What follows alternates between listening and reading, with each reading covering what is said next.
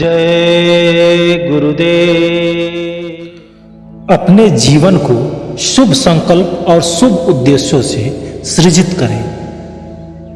पूरे दिन दूसरों की कमियों की स्वभाव की चर्चा करते करते हम अपने समय को अपव्यय करते हैं। इससे हमारी स्वयं की संकल्प शक्ति भी कमजोर हो जाती है। इस पर हमारा ध्यान ही नहीं रहता कि जो कार्य हम कर रहे हैं, बल्कि इससे हमारे मानसिक शक्ति का हनन हो रहा है। इस पर हमारा ध्यान ही नहीं जा रहा।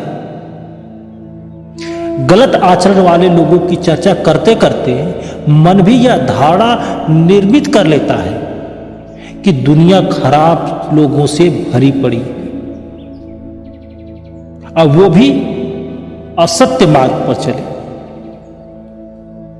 हमने सुबह से लेकर शाम तक मन को एक थाली में परोस करके कमियां पहुंचाई। मन का भोजन है, मस्तिष्क का भोजन ही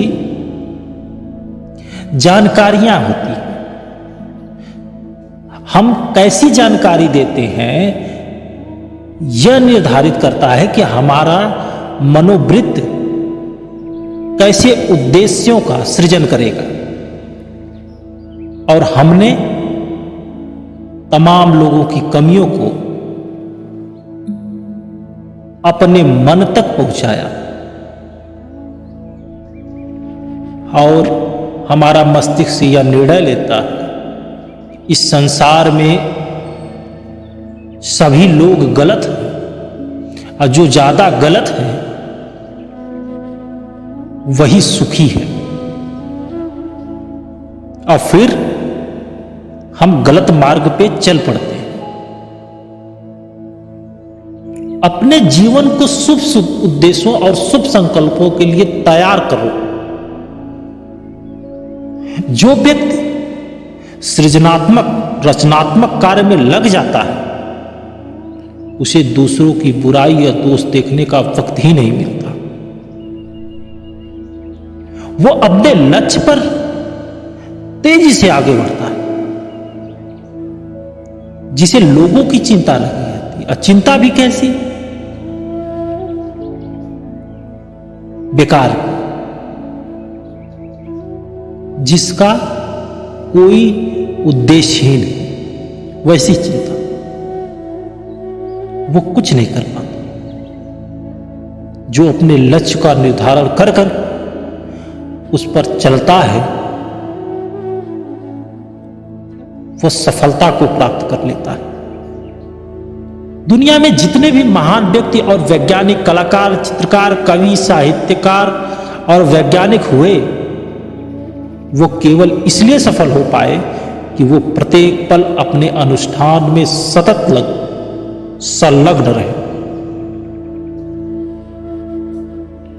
वो बेकार की चीजों की तरफ अपने मस्तिष्क को लेकर गए ही नहीं। आपको क्या लगता है जब उन लोगों ने ये कहा होगा जिन्होंने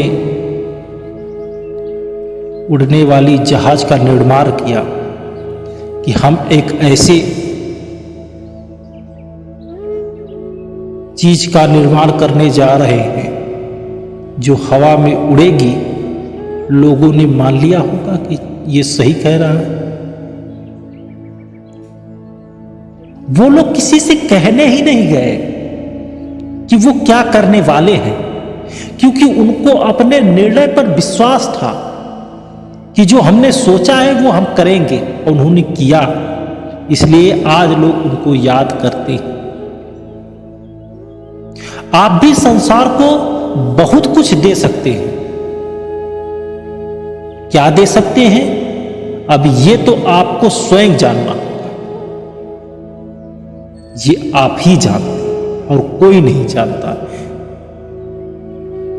स्वामी विवेकानंद जी ने कहा कि ईश्वर ने आपको बनाया और उसके बाद आप जैसा इस धरातल पर किसी को नहीं बनाया।